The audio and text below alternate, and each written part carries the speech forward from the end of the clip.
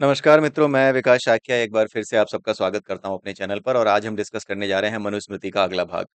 तो दूसरे अध्याय के श्लोक नंबर 187 तक हमने डिस्कस कर लिया था। अब उसके आगे के कुछ श्लोक इस वीडियो में हम डिस्कस करेंगे।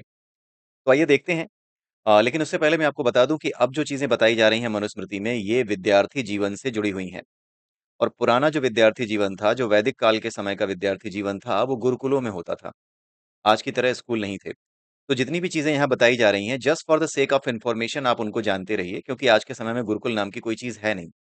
और पारंपरिक जो आज की पारंपरिक पढ़ाई-लिखाई की, शिक्षा की जो पद्धति है, उसमें गुरुकुल जैसी कोई शिक्षा पद्धति नहीं है। लेकिन पहले क्या होता था कि गुरुकुल में गुरु के पास रहकर ही शिक्षा प्राप्त की जाती थी। गुरु के घर पे रहना होता था। जैसे अपने माँ-बाप के घर में रहते हैं, वैसे ही गुरु के घर में रहना होता था और गुरु के पास रह कर के शिक्षा ग्रहण करनी होती थी। तो ये जो समीपता थी, वो एक तरीके से गुरु के संरक्षण में हमेशा रखती थी। अभी क्या होता है कि हम स्कूल जाते हैं, स्कूल से वापस आते हैं, वापस माता-पिता के संरक्षण में आ जाते हैं। लेकिन वहाँ पर गुरु एक बिल्कुल ही जो अनुशासित रवैया होता है, घर का जो माहौल है, उसका असर वहाँ पे बिल्कुल किसी भी तरीके से नहीं होता है। घर में कई बार होता है माता-पिता के झगड़े हैं, दूसरी चीज़ें हैं, घर में दूसरे तरीके के बवाल चल रहे हैं, उनका बच्चों के मन पर जो प्रभाव पड़ता था, जो पड़ता है आज के समय में, वो उस समय नहीं पड़ता था। राइट? क्योंकि वो सीधे गुरुकुल में रहा करते थे। वहाँ पर केवल अपनी पढ़ाई और सदाचार और अच्छे गुणों को विकसित करने के अलावा और कोई चीज़ उनके पास और दूसरा कोई काम उनके पास होता ही नहीं था। और जब वो वापस शिक्षा ग्रहण करके अपने व्यावहारिक जीवन में आते थे, जब अपने सांसारिक जीवन में आते थे, तब आकर के उस सांसारिक जीवन में वो अपनी शिक्षा का सही से इस्तेमाल करते थे और समस्याओं को एक अलग नज़रिए से देख पाते थे। डिटैच होकर के देख पाते थे। लेकिन अगर किसी समस्या के बीच में आप लगातार रहते रहो, तो उस समस्या के बीच में लगातार रहने से आपके मन पर जो असर पड़ता है और आप जो उस समस्या से अटैच हो जाते हैं, उसकी वजह से निर्णय लेने में जो कठिनाइयाँ आने लगती हैं, वो कठिनाइयाँ गुरुकुल से वापस आने के बाद उस बच्चे में नहीं होती थीं। इसी वजह से बिल्कुल ही मनोवैज्ञानिक और वैज्ञानिक तरीके से इस पूरी की पूरी शिक्षा पद्धति को गुरुकुलों के माध्यम से हमारे समाज में स्थापित किया गया था। तो यहाँ पर जितनी भी चीज़ें आप देखेंगे आज के इस वीडियो में, उसमें कोई भी चीज़ ऐसी नहीं है जो कि आज के समय पर आपको प्रासंगिक लगे। लेकिन उस समय किस तरीके से इसको मैनेज किया जाता था, किस तरीके से इस चीज़ का ध्यान रखा जाता था कि मनोवैज्ञानिक स्तर पर और वैज्ञानिक स्तर पर बच्चों का विकास कैसा हो, उनकी बुद्धि का विकास कैसा हो, उनके अंदर अनुशासन कैसे विकसित हो, उसके लिए क्या-क्या उपाय किए जाते थे, किन-किन चीज़ों की प्रैक्टिस कराई जाती थी, वो आप यहाँ पर देखेंगे। तो देखिए यहाँ पर बताया जा रहा है ब्रह्मचारी को भिक्षा माँगकर ही नित्य भोजन करना चाहिए। ब्रह्मचारी यानी कि वो जो शिष्य बन चुका है और अब ब्रह्मचर्य व्रत व्रत का पालन करने का प्रण ले चुका है, क्योंकि उसका यज्ञोपवीत हो चुका है, अब वो 25 साल की उम्र तक शिक्षा लेगा। तो उसको ब्रह्मचर्य का पालन करना होगा। ब्रह्मचर्य यानी कि केवल और केवल अपने लक्ष्य पर केंद्रित रहना होगा। उसके अतिरिक्त उसे और कोई चीज़ दिखनी नहीं चाहिए, और कोई विचार उसके मन में आना नहीं चाहिए। अपना जीवन सादा रखेगा, सिंपल रखेगा। ब्रह्म का आचरण यानी जैसे ये प्रकृति क्या है? ब्रह्म की ही अभिव्यक्ति है। तो जैसे ये प्रकृति ब्रह्म की अभिव्यक्ति होने पर आप देख सकते हैं कि ये पूरी की पूरी प्रकृति किस प्रकार से एक न्यूट्रल वे में सभी के लिए काम करती है, किसी भी चीज़ से लिप्त नहीं होती। सूर्य का प्रकाश है, अग्नि है, जल है, ये सारी चीज़ें हर जगह से होकर के बहती हैं, बहती चली जाती हैं, निकलती चली जाती हैं, लेकिन कहीं पर भी वो रुक करके, ठहर करके सड़ना शुरू नहीं करती। उसी प्रकार से ब्रह्म का आचरण करने वाले को निश्चित रूप से केवल और केवल अपने लक्ष्य पर, जैसे इस समय विद्यार्थी का लक्ष्य क्या है? शिक्षा ग्रहण करना, तो उसको अपने लक्ष्य पर केंद्रित रहना पड़ता था। यानी शिक्षा ग्रहण करने के लक्ष्य पर केंद्रित रहना होगा, चाहे कुछ भी हो जाए, मुख्य उद्देश्य उसका शिक्षा ग्रहण करना ही है। उसके अलावा और कोई उसका उद्देश्य नहीं है। और किसी भी उद्देश्य को पूरा करने के लिए जो आचरण हमें अपने जीवन में उतारना पड़ता है, वो ब्रह्मचर्य ही है। ब्रह्मचर्य का मतलब दूसरा जो अर्थ लिया जाता है, वो ब्रह्मचर्य इसका मतलब यहाँ पे नहीं है। ब्रह्मचर्य एक बहुत ही व्यापक शब्द है। ब्रह्मचर्य का अर्थ है अडिग होना और नियमों का पालन करते हुए जीवन जीना। एक गृहस्थ भी जिसकी पत्नी है, वो भी ब्रह्मचारी हो सकता है। उसे भी ब्रह्मचारी आप कह सकते हो, अगर वो बिना बात के अपनी पत्नी, अपने जीवन साथी के साथ शारीरिक संबंधों में लिप्त नहीं है। केवल और केवल आनंद के लिए, केवल और केवल शारीरिक सुख के लिए वो लिप्त नहीं है, तो वो भी ब्रह्मचारी है। अपने जीवन में रहते हुए, अपने सांसारिक जीवन में रहते हुए वो अगर बाहर कोई अनैतिक संबंध नहीं बना रहा, तो ये भी व्यक्ति ब्रह्मचारी है। ब्रह्मचारी वो नहीं होता जो विवाह ना करे या स्त्री की ओर ना देखे। ये ब्रह्मचर्य की अधूरी परिभाषा है। विद्यार्थियों के लिए ये ब्रह्मचर्य की पूरी परिभाषा है कि स्त्रियों की तरफ नहीं देखना है। क्यों? क्योंकि अभी आपको अपने आप को निर्मित करना है, ताकि आप अपनी शक्तियों का, आपके भीतर जो शक्तियाँ हैं, आपके भीतर जो पुरुषार्थ है, आप उसका सही इस्तेमाल करना सीख जाओ। आपके अंदर वो विवेक जागृत हो जाए, जो विवेक आपको ये बताए कि कितना आपको अपनी इंद्रियों को, अपनी सेंसरी ऑर्गन्स को कितनी छूट देनी है किसी भी चीज़ को भोगने के लिए। जब ये बुद्धि विकसित हो जाएगी, तब जाकर के आप ये सारे काम आगे चल कर के जो गृहस्थ जीवन आएगा, वहाँ पर सही से कर पाओगे। लेकिन जब तक आप विद्यार्थी जीवन में हो, तब तक ब्रह्मचर्य का अर्थ यही है कि आप स्त्री की तरफ भी नहीं देखोगे। लेकिन समस्या ये हुई कि विद्यार्थी जीवन के लिए जो ब्रह्मचर्य परिभाषित हुआ था, यही ज़्यादा प्रचलित था। इसी वजह से ब्रह्मचारी की परिभाषा ये प्रचलित हो गई पूरे समाज में कि ब्रह्मचारी केवल वही है जो कि स्त्रियों की तरफ देखे भी ना। ऐसा नहीं है। एक ऐसा व्यक्ति, अब मैं ये हवा में बातें नहीं कर रहा हूँ, आप जा कर के जितने भी ग्रंथ हैं, चाणक्य नीति है, उसको पढ़ लीजिए। उसके अलावा आप चाहे दूसरे ग्रंथ हमारे दूसरे ग्रंथ हैं, जैसे भगवद गीता है या उपनिषद हैं या फिर एक त्रिपुरा रहस्य एक बुक है, उसके अलावा विज्ञान भैरव तंत्र हैं या इसके अलावा बहुत से ऐसे ग्रंथ हैं जैसे कि श्री राम शर्मा आचार्य जो जी द्वारा लिखी हुई एक लिखा हुआ एक ग्रंथ है जिसका नाम है गायत्री महाविज्ञान। अगर आप वहाँ पर भी इन चीज़ों को समझने और पढ़ने का प्रयास करेंगे तो आपको पता चलेगा कि ब्रह्मचर्य की परिभाषा बहुत विस्तृत है। विद्यार्थी जीवन के लिए ब्रह्मचर्य यही है कि वो स्त्रियों की तरफ, अपने अपोजिट सेक्स की तरफ देखे भी ना। क्यों? क्योंकि अभी उसको अपने आप को विकसित करना है। अभी उसको अपने पुरुषार्थ को विकसित करना है। अभी उसे वो बुद्धि विकसित करनी है, जिस बुद्धि से वो निर्णय कर सके कि कितना इंद्रिय सुख आवश्यक है, इंद्रियों को कितनी खुली छूट देना आवश्यक है और कहाँ रुकना आवश्यक है। ये सब वो गुरुकुल में रह कर के सीखता है और जितनी श्रद्धा होती है उतना सीखता है। एक ही गुरुकुल से दुर्योधन भी पढ़ा और उसी गुरुकुल से युधिष्ठिर भी पढ़े, लेकिन दोनों में बहुत बड़ा अंतर था। अंतर क्या है? अंतर केवल और केवल गुरु के प्रति श्रद्धा का था। कोई वहाँ पर केवल समय पास करने गया था कि गुरुकुल की एक परंपरा है, शिक्षा प्राप्त करनी है, धनुर्विद्या सीखनी है या फिर गदा चलाना सीखना है, वहाँ से सीखे। लेकिन जो शिक्षा का समग्र उद्देश्य है, शिक्षा का जो संपूर्ण उद्देश्य है कि हमें अपने व्यक्तित्व का संपूर्ण विकास करना है, उसकी तरफ जिस विद्यार्थी ने ध्यान नहीं दिया या जिस गुरु ने ध्यान नहीं दिलाया, उसके शिष्य ऐसे ही होंगे। उसके शिष्यों में कोई अर्जुन निकलेगा तो कोई क्या निकलेगा? दुर्योधन निकलेगा। राइट? दुर्योधन दुर्योधन क्यों बना? क्योंकि उसमें श्रद्धा केवल इतनी मात्र थी कि भाई मैं यहाँ से अपनी पढ़ाई पूरी करके निकल लूँ। लेकिन बाकी लोगों में श्रद्धा गुरु के प्रति एक अलग स्तर की थी। श्रद्धा भी अलग-अलग स्तर पे होती है। कुछ लोगों की श्रद्धा उथली हुई होती है। केवल और केवल गुरु नाराज़ ना हो, गुरु से कुछ कृपा मिल जाए, गुरु से कोई गूढ़ विद्या मिल जाए, गुरु कुछ ऐसा बता दें। जैसे कई बार होता है ना, आज के समय में आप ऐसे विद्यार्थियों को खोजो जो कि टीचर के पास जाते हैं पढ़ने और ये सोचते हैं कि जब ये पढ़ा रहे हैं तो मुझे कुछ ऐसे इंपॉर्टेंट क्वेश्चंस बता देंगे जो कि ये खुद एग्जामिनेशन पेपर में डालने वाले हैं। जो एग्जाम होगा उसमें जो क्वेश्चन पेपर में जो क्वेश्चंस आएँगे उनके बारे में थोड़ी जानकारी मिल जाए। कुछ की श्रद्धा इतनी ही होती है। कुछ की श्रद्धा इतनी होती है कि गुरुजी के जो पास जो है, वो जिस तरीके से समझा रहे हैं, वो प्रज्ञा, वो बुद्धि, वो मुझ तक, वो ज्ञान मुझ तक पहुँचा दें, वो प्रज्ञा मुझ में जागृत कर दें। कुछ शिष्य ऐसे होते हैं। तो जो शिष्य ऐसे होते हैं, उनकी श्रद्धा निश्चित रूप से अधिक होती है और जो शिष्य ऐसे होते हैं कि नहीं बस सर बता दीजिए कौन-सा, मतलब पढ़ने आ रहे हैं, रोज़ ट्यूशन पढ़ने आ रहे हैं ताकि गुरुजी नाराज़ ना हो जाएँ या रोज़ क्लास में आ रहे हैं ताकि गुरुजी नाराज़ ना हो जाएँ। और अंत में उद्देश्य क्या है कि असल में ये जो पढ़ाते हैं सर ना, ये जो दिखाते हैं, पढ़ाते हैं क्लास में, बस वही एग्ज़ामिनेशन पेपर में आता है, इसलिए यहाँ पर बैठ करके एक बार ठीक से उतना ही समझ लो।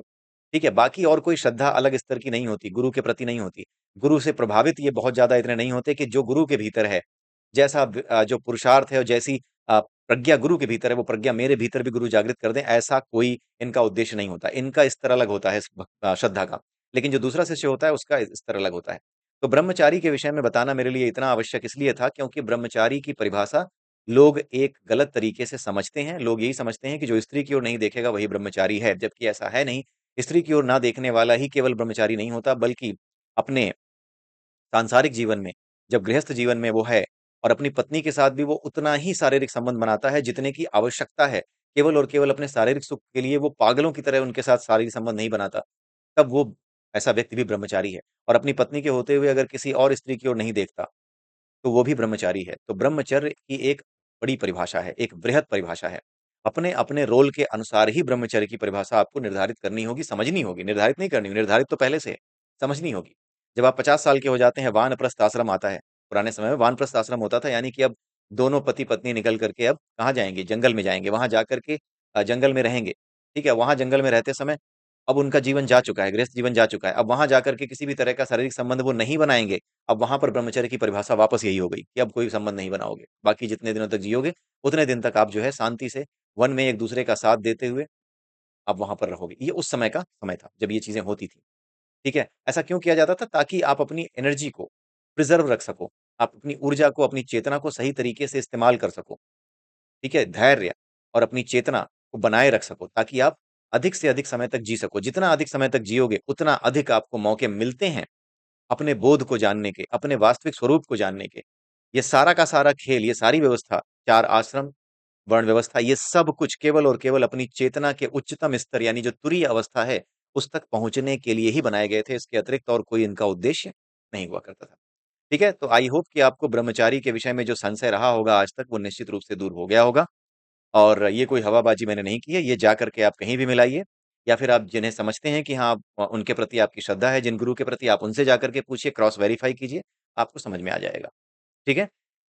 तो चलिए आगे देखते हैं कि जो एक शिष्य है, वो ब्रह्मचारी है और उसको भिक्षा माँगकर ही नित्य भोजन करना चाहिए और केवल एक ही घर से अन्न लाकर नहीं खाना चाहिए, क्योंकि भिक्षा समूह से जो निर्वाह होता है, वो व्रत के समान माना जाता है। एक ही घर से अन्न ला कर के नहीं खाना चाहिए कि बार-बार एक ही घर से लेकर के आ रहे हैं। अलग-अलग घरों से, हर तरफ से माँगने जाना चाहिए। मतलब एक तरफ एक घर से अगर आप माँगोगे, तो इसका मतलब क्या है कि कहीं न कहीं आपके भीतर संकोच है, या कहीं न कहीं आपके भीतर आलस है, या फिर कहीं न कहीं आप एक छोटा रास्ता खोज रहे हैं। व्रत तब बनता है, कोई भी चीज़ व्रत तब बनती है जब आप कठोरता से पालन करते हो। जब आप इस चीज़ का ध्यान नहीं रखते कि किस चीज़ में मुझे आसानी हो रही है। किसी काम को करते समय मुझे आसानी कब हो रही है, उस चीज़ को हम व्रत नहीं कह सकते। व्रत तभी होता है ये, जब किसी भी चीज़ को व्रत हम तभी कहते हैं। व्रत का संबंध केवल खाना खाने या ना खाने से नहीं है कि आज मैंने पूरे दिन नहीं खाया तो मैंने व्रत रख लिया, नहीं। व्रत की परिभाषा भी विस्तृत है। मैंने देश सेवा का व्रत लिया है। इसका मतलब क्या है कि देश सेवा के लिए मैं खाना नहीं खाऊँगा जब तक जीऊँगा।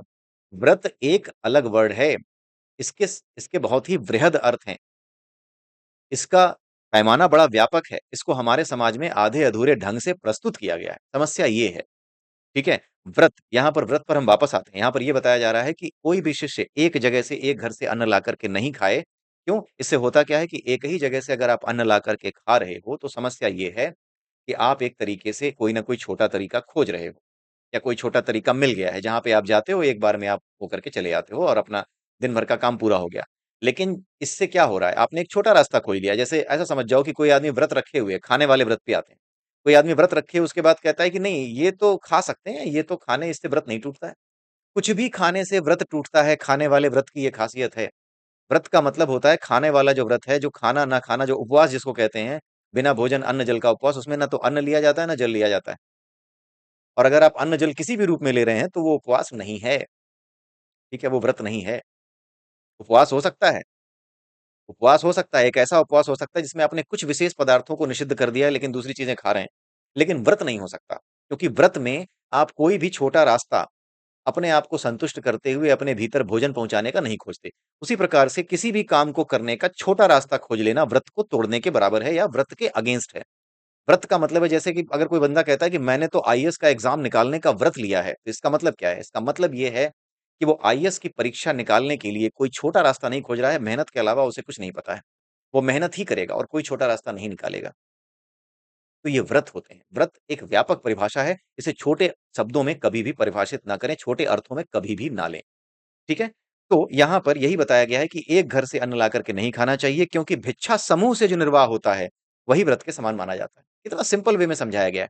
अब आप सोचिए कि इन बातों को लोग समझ नहीं पाते और बिना समझे पता नहीं इसका कोई भी अर्थ निकाल सकता है, कुछ भी अर्थ निकालेगा, मनुस्मृति से कुछ भी अर्थ निकालेगा, जबकि जो हमने समझा है, व्रत की परिभाषा जो हमारी शब्दावली है, हमारे वैदिक धर्म की, उसकी शब्दावली में व्रत की वही परिभाषा है जो मैं आपको यहाँ पर बता रहा हूँ, जाके कहीं से मिला लीजिए।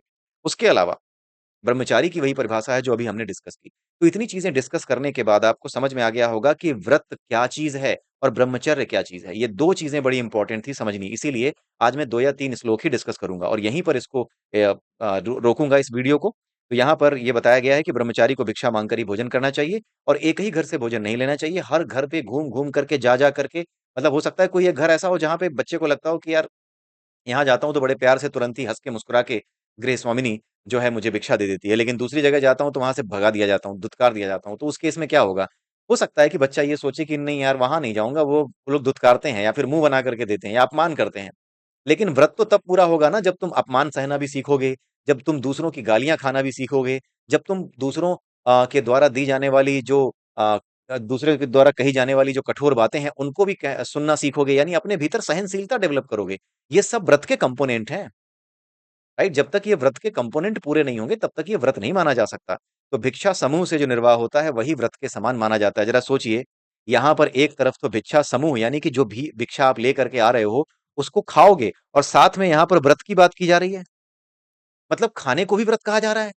इसीलिए मैं कह रहा हूँ कि व्रत जो है एक अलग शब्द है, इसकी शब्दावली अलग है। सनातन धर्म की शब्दावली को समझना बहुत ज़रूरी है। जितना अधिक से अधिक हो सके इस वीडियो को शेयर कीजिए। कारण उसका ये नहीं कि मुझे अपना चैनल बढ़ाना है। कारण उसका ये है कि समाज में जितनी भ्रांतियाँ फैली हैं ना, उन भ्रांतियों पर चोट करने का समय अब आ चुका है। अन्यथा सनातन धर्म को और हिंदू धर्म को, जो हिंदू हम लोग हैं ना, ये इसी गलतफ़हमी में रह करके अ, इन्हीं गलत प्रोपेगेंडास का शिकार होकर के एक दिन बहुत बड़ा संकट हमारे ऊपर आ सकता है। ठीक है? हमें पूरी तरीके से संसार से मिटाने का प्रयास चल रहा है। बहुत से संस्थाएँ और बहुत से विशेष प्रकार के जो लोग हैं, उनका नाम नहीं लेना चाहूँगा, वो निश्चित रूप से ये प्रयास में लगे हुए हैं। निश्चित रूप से लगातार इस प्रयास में लगे हुए हैं और ये आपको, हमको, सबको दिखाई भी दे रहा है। जो इतनी देर से मेरे इस वीडियो को सुन रहा होगा ना, वो मेरी बात से बिल्कुल सहमत होगा कि हिंदुओं को नष्ट करने समाप्त करने के पूरे उपाय दिन-प्रतिदिन, प्रतिक्षण व्रत लेकर के लोग कर रहे हैं, व्रत लेकर के। उनके पास व्रत है, तुम्हारे पास व्रत नहीं है, तुमने व्रत नहीं लिया है। और तुम्हें व्रत लेकर के ये नहीं करना है कि किसी को मारने निकल पड़ना है ना, तुम्हें सिर्फ इतना संकल्प लेना है, व्रत में तुम्हें इतना संकल्प लेना है कि चाहे कितना भी संकट आ जाए, अपने संस्कारों को, अपनी पूजा पद्धतियों को, अपने मंदिर जाने को, अपने योग करने को, अपने प्राणायाम करने को, जितनी भी हमारे यहाँ जितनी भी हमारे यहाँ सांस्कृतिक गतिविधियाँ हैं, जो भी हमारे व्रत त्योहार हैं, जो भी उपवास के दिन होते हैं, जो भी महीने होते हैं, नवरात्रि के व्रत होते हैं, इन सभी परंपराओं में बिना किसी भूल-चूक के लगातार भाग लेना है। इसमें हमें संगठित होना है, बस संगठित रहना है, ठीक है? ये संगठन ही उनकी कमर तोड़ने के लिए काफ़ी है, जो सनातन हिंदू धर्म को, जो कि संसार का संसार में शांति ला सकने वाला एकमात्र जो धर्म बचा है, वो यही है। और यही अगर नष्ट हो गया तो संसार नष्ट हो जाएगा। इसलिए हमारी, आपकी, हम सब की ज़िम्मेदारी है, इस सनातन धर्म की रक्षा के लिए जो भी हम जानते हैं, जो भी प्रयास कर सकते हैं, वो करें। क्योंकि सनातन धर्म सभी धर्मों से परे है। ये धर्म की आधारशिला है, ये खुद धर्म नहीं है। आप ऐसे समझो कि धर्म जो हैं वो क्या है? अलग-अलग नाम हैं, हिंदू, मुस्लिम, सिख, ईसाई। लेकिन ये धर्म अगर एक क्लासरूम में बैठे तो जो क्लासरूम है ना, जो इनको फलने-फूलने का अवसर देता है, आप ऐसे समझिए कि जो ये धर्म है, हिंदू, मुस्लिम, सिख, ईसाई, यहूदी, पता नहीं कितने धर्म हैं, हिंदू भी, ठीक है? ये सारे धर्मों के नाम से, संप्रदायों के नाम से जाने जाते हैं, लेकिन हिंदू धर्म सनातन धर्म का ही एक उपसमुच्चय है। वो सनातन धर्म की खूबियों को अपने पास रखता है। इसलिए वो उपसमुच्चय है, सबसेट है, लेकिन वो सनातन पूरी तरीके से तब बनता है जब हम सनातन को सही अर्थों में समझते हैं। आप ऐसे समझिए कि एक जो क्यारी है वो सनातन है। उस क्यारी में लगे-लगे छोटे-छोटे फूल वो हिंदू, मुस्लिम, सिख, ईसाई आप समझ सकते हैं, ये उन धर्मों को आप मान सकते हैं। उन धर्मों को इस क्यारी में लगे हुए फूल या पौधे समझ सकते हैं, लेकिन जो पूरी क्यारी है, जो पूरी फुलवारी है, जो इनको आश्रय देती है, वो सनातन है। क्योंकि सनातन कोई धर्म नहीं है, ये आश्रयदाता है सभी धर्मों का। तो इसी के साथ ये वीडियो मैं यहीं समाप्त करता हूँ। अगले वीडियो में हम आगे समझेंगे और तब तक के लिए आप सब मुझे विदा दीजिए, आज्ञा दीजिए। मैं आप सबसे विदा लेता हूँ। जय सिया राम, जय श्री कृष्णा, जय श्री राधे, ओम नमः शिवाय, जय मनु महाराज।